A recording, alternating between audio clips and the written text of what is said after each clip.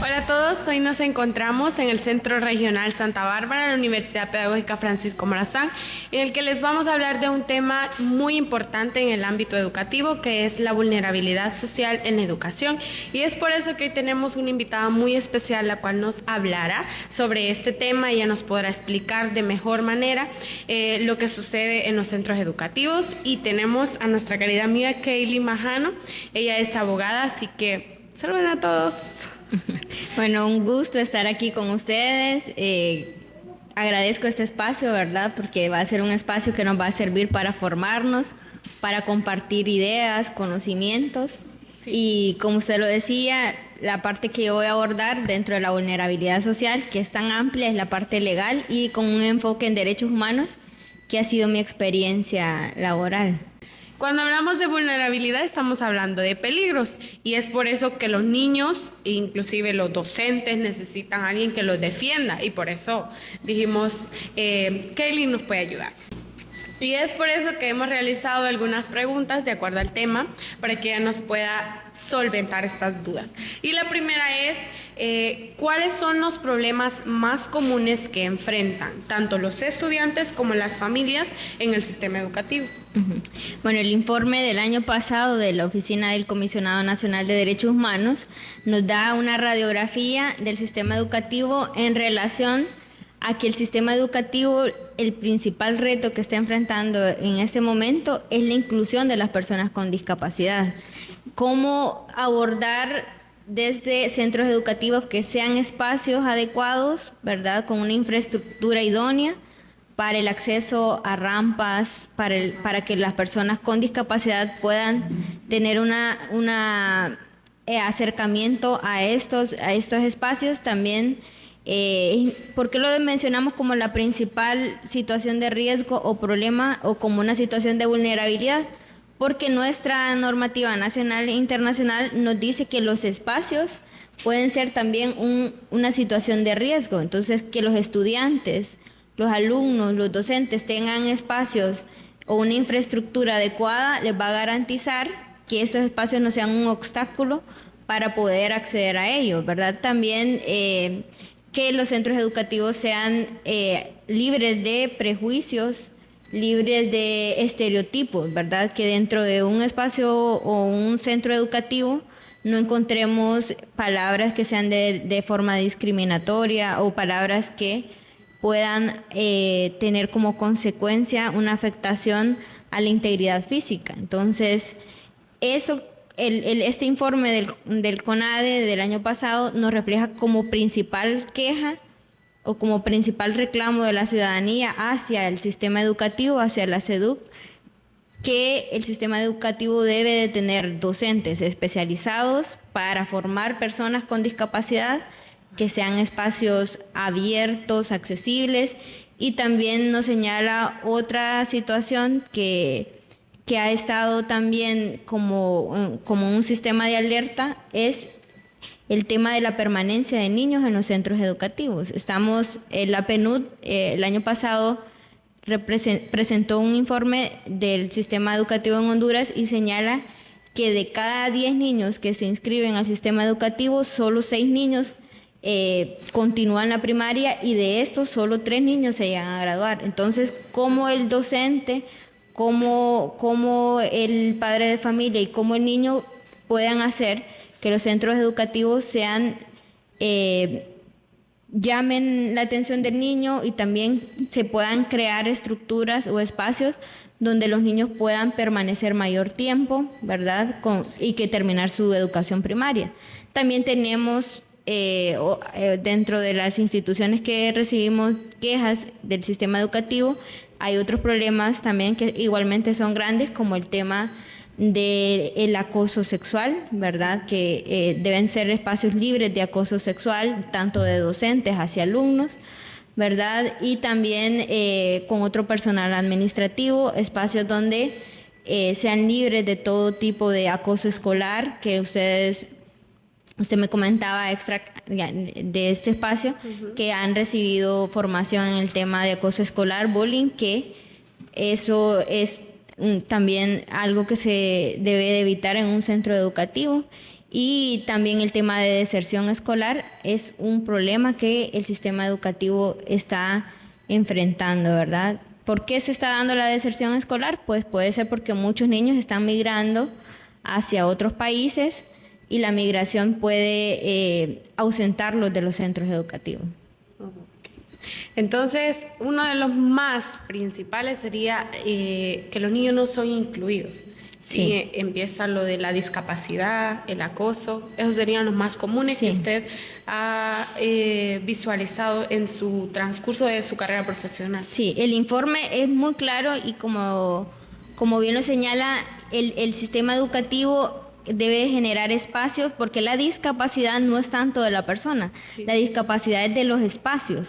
Si tenemos espacios, por ejemplo, 10 gradas, el obstáculo, la discapacidad van a ser a 10 gradas para poder acceder. Entonces, si tenemos espacios donde sean inclusivos, donde podemos incluir a todas las personas con una discapacidad, personas ciegas, si tenemos maestros también formados, ¿verdad?, en el lenguaje de señas, y si tenemos un currículo que abarque o que profesionalice al docente, también va a hacer que nuestro sistema educativo pueda tener mayor cobertura para todas las personas, ¿verdad?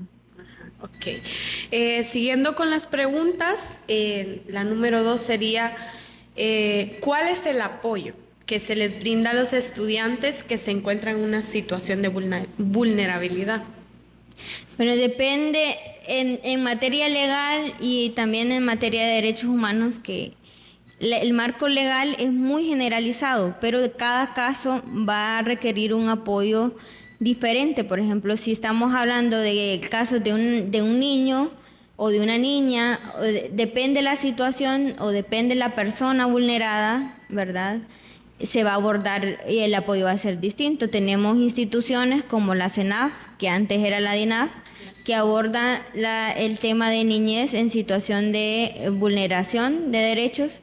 La vulneración de derechos puede ser muy amplia, ¿verdad? Podemos tener niños en los centros educativos en condición distinta, y depende de la situación, depende de la edad, del género, la intervención del Estado tiene que garantizar que esa intervención va a ser respetuosa de la dignidad también. No podemos llegar por querer hacer un bien, poder afectar, ¿verdad?, o estandarizar una medida. Vamos a decir, este centro educativo, porque un niño sustrajo una pistola y ocasionó un daño a otro niño, entonces vamos a aplicar una medida generalizada para todos los estudiantes, ¿verdad? Entonces las medidas en el tema legal deben de ser personalizadas, deben de ir buscando siempre el interés superior del niño, y también este principio nos permite que esas medidas no sean violatorias de derechos humanos.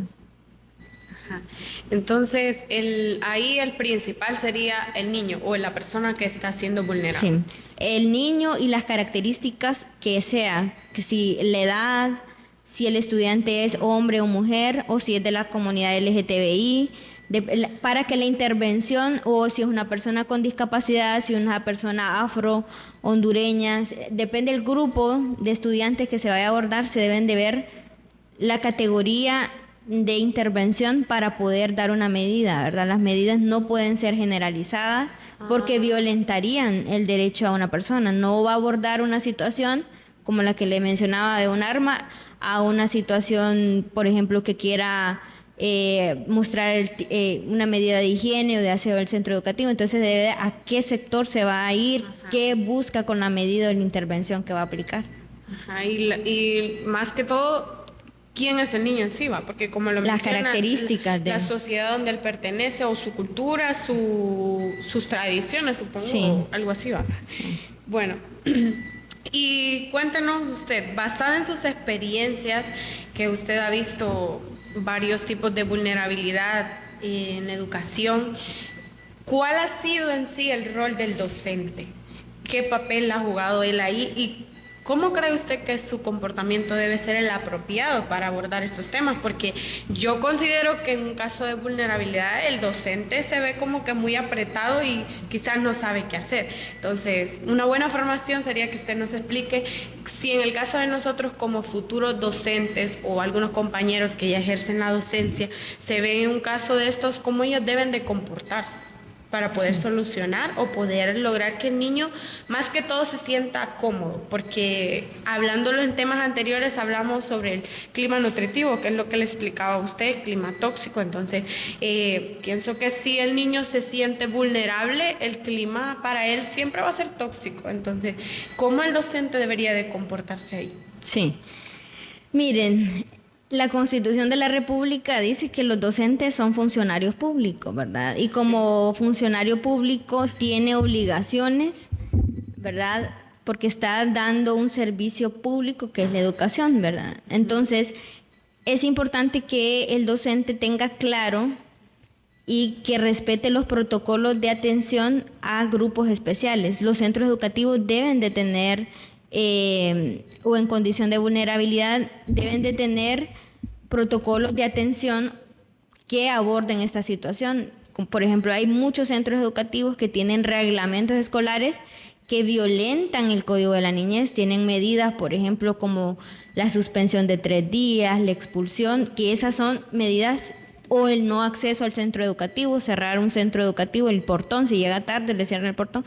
Ese tipo de medida violenta o vulnera derechos, ¿verdad? Entonces, ¿cómo evitar lo que usted decía? El conocimiento es importante. Yo a todos los funcionarios públicos en mi trabajo como investigadora de quejas, anteriormente yo siempre he recomendado que cuando usted va a optar a un cargo público y va a tener funciones del Estado, tiene que saber, por ejemplo, en el caso del docente, el estatuto del docente hondureño, donde le señala qué obligaciones, cuáles son las obligaciones de un maestro. Por ejemplo, el acompañamiento, la planificación de una clase. Si se encuentra con un niño o una niña en una situación de vulnerabilidad, pues lo primero que tienen que hacer es llamar a sus padres de familia, ¿verdad? A los padres de familia, si es un niño menor de edad, si es una persona adulta, pues profundizar en la situación y hay cuestiones que no son a veces del ámbito educativo, ¿verdad? Por ejemplo, puede ser que un niño con una discapacidad de aprendizaje no esté recibiendo la misma información, entonces se ha dado situaciones donde la intervención ahí del docente sería hablar con el niño, ver si es que necesita sentarse más adelante para escuchar mejor, o si estamos hablando de una discapacidad visual, que el niño pueda llamarse ubicarlos, si es en caso de un niño, o si es un caso de una persona adulta también. Yo considero que partiendo de que es un funcionario público, debe conocer cuál es el marco regulatorio legal que protege a esa persona o a ese niño o a ese estudiante, ¿verdad? Y dependiendo, como le señalaba, el acompañamiento. El primer rol de un docente es acompañar al estudiante, ¿verdad? Y buscar atender sus necesidades educativas de una mejor calidad y de una manera empática, ¿verdad? Poniéndose en el lugar de la otra persona. Sí, entonces el maestro debe estar pendiente en todo momento, ¿verdad? Como acompañante. Como acompañante, ok. ¿Y algunas de las estrategias que usted nos puede recomendar o como algo que debería ser en sí más que todo? Ya nos dijo que el acompañamiento, pero una estrategia basada en su carrera profesional, no sé, alguna idea que usted dijo. Bueno, usted está acostumbrada a recibir quejas y todo este tipo de cosas, entonces, ¿usted alguna vez no se puso a pensar, si el docente hubiera hecho tal cosa, quizás este problema no hubiera surgido? Entonces, no sé. Bueno, la principal, creo yo, y cuando hemos formado, dado capacitación de derechos humanos a los docentes, es la adaptación de sus reglamentos de centros educativos, ¿verdad? Que se adapten al Código de la Niñez, que se asesoren a través en las departamentales, tienen un área legal donde les pueden ayudar a crear reglamentos en base legal. Y otra recomendación que incluso lo desarrolla el CONADE en el informe anual es que en el caso de las personas con discapacidad, que si lo determinamos como el principal problema, tener un listado, ¿verdad?, del centro educativo de personas, cómo visibilizar las situaciones para abordarlas de una manera ética, profesional, ¿verdad? Y es importante la formación y libre de estereotipos y prejuicios, ¿verdad? Que el docente, cuando llegue al centro educativo, se libere de cualquier prejuicio que pueda tener fuera, ¿verdad? Un prejuicio religioso, un prejuicio que... Ese es un problema bastante grande, porque cuando se habla de religión o se habla de una... creencias personales se encuentra como ese conflicto y como que el niño es el que más sufre, porque el niño, yo considero que es el que menos puede defenderse solo. Sí. Entonces ahí es donde el maestro en cierta ocasión, no digo que en todas las ocasiones, pero se aprovecha de esa situación. Sí, entonces es importante que seamos cada vez más profesionales, más éticos, más formados, ¿verdad? Y si vamos a desarrollar una actividad como la docencia, que conozcamos el marco jurídico, ¿verdad? Que hace que yo esté ahí optando como funcionario público un cargo, qué atribuciones tengo, qué es legal y qué es ilegal, ¿verdad? Qué está permitido y qué no está permitido, ¿verdad? Entonces es importante eso. Volviendo a la pregunta número 1 sobre los problemas más comunes, ¿usted no ha tenido problemas así como que el docente ha sido vulnerable o no se puede considerar como en un caso de vulnerabilidad? En educación, en los espacios de centros educativos yo no consideraría un docente como un grupo vulnerable, recordando que la vulnerabilidad, por ejemplo, las Naciones Unidas ha señalado 4 grupos en condición de vulnerabilidad, que son las mujeres, por el hecho de ser mujeres, ¿verdad? Tenemos una relación de manera desigual frente a un hombre o frente a un grupo social, es más propenso a poder ser víctima de acoso. También existen casos de hombres, pero es la minoría. En el caso de la niñez también está como considerado como grupo en condición de vulnerabilidad. La comunidad de personas LGTBI también están dentro del grupo de personas en situación de vulnerabilidad y las personas con discapacidad también. Entonces, estos 4 grupos se encuentran en una situación de vulnerabilidad porque su relación con el entorno le genera una desigualdad, le genera un mayor riesgo, es más propenso a ser víctima de un delito, a no garantizársele el derecho como a otro sector, ¿verdad? Entonces esa desigualdad permite en materia legal o en materia de derechos humanos que se considere un marco jurídico que lo eleve de mayor nivel para que pueda desde ese mayor nivel protegérsele, ¿verdad? Entonces se crean más leyes, se crean políticas públicas del Estado que le protejan de forma superior porque ha estado en una situación de desigualdad frente a otro grupo. Entonces el docente ya tiene una condición de superioridad porque ha sido nombrado a un cargo, por la ley, tiene facultades, sea una situación de superioridad. Es lo que usted decía al principio, funcionario público, ¿verdad? Son funcionarios públicos con un salario, con atribuciones, que eso le genera una relación de poder mayor y también le genera obligaciones, ¿verdad? Ya como funcionarios públicos están obligados a dar una respuesta también a su trabajo de una manera que proteja la ley, que el principal llamado a cumplir la ley en este caso sería el docente. El sistema educativo debe formarlo en base al marco jurídico para que el docente pueda respetar los derechos de los niños, de las personas que van a ser sus alumnos, de los estudiantes del centro educativo. Entonces, ante la ley, quienes son más protegidos en sí son los niños y sus familias. El maestro, como usted lo decía, tiene su grado de superioridad, pero quizás no es como que la ley se va a preocupar tanto, sino que se preocupa más por el niño.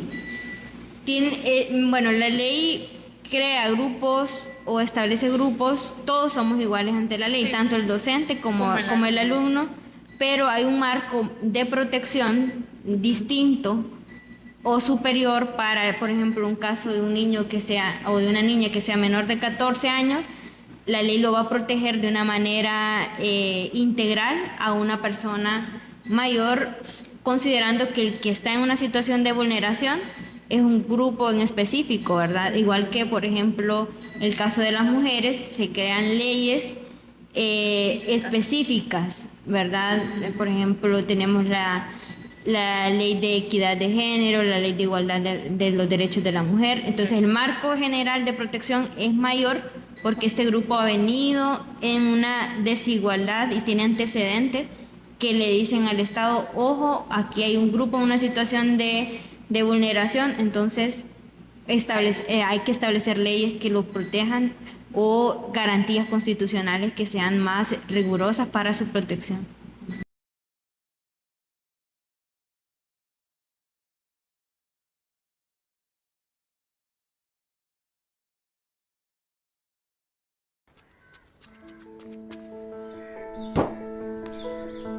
Tougher किधर फेंका जा भी बोलने क्या चल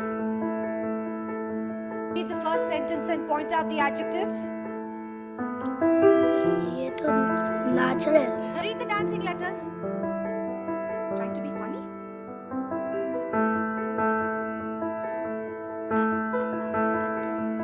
Read the sentence loud and proper. I said loud and proper, Ishan. Loud and proper. बस पनिश होता है डफर। ए डफर, हर टाइम क्या पनिश होता है? ड्राइंग इसका तो रोज का है।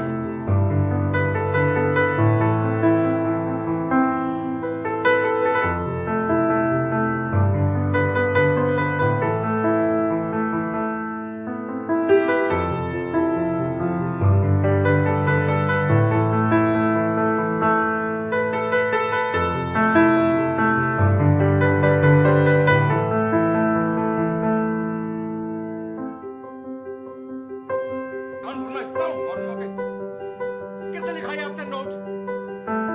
तुम तो ढंग से लिख नहीं सकते, bloody duffer, idiot। इतना लिख पाते तो पास नहीं हो जाते। बोलो, किसने लिखा? बताओ।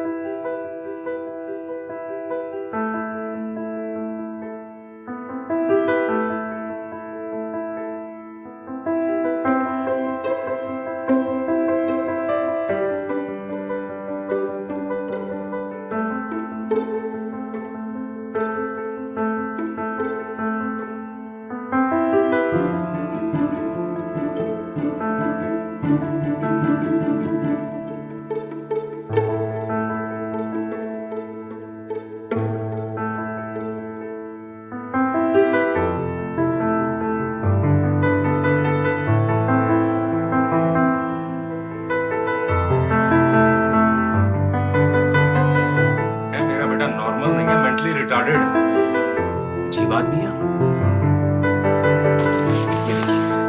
ये देखिए मिस्टर अवस्थी, ये तेज दिमाग हजार ख्याल बुन रहा है रंगों में, आपके और मेरी काबिलियत से कहीं आगे। लेकिन इसका फायदा क्या है? इसमें आप फायदा क्यों ढूंढ रहे हैं? तो और क्या ढूंढूं? क्या बनेगा बड़ा होकर वो? कैसे बराबरी कर पाएगा इस दुनिया के साथ? क्या सारी उम्र में से घर पे बैठ के खिलाता रहूं? जानता हूं बाहर एक बेरहम कंपेटिटिव दुनिया बसी है और इस दुनिया में सभी को अपने अपने घरों में टॉपर्स और रैंकर्स उगाने हैं। हर किसी को अव्वल नंबर चाहिए।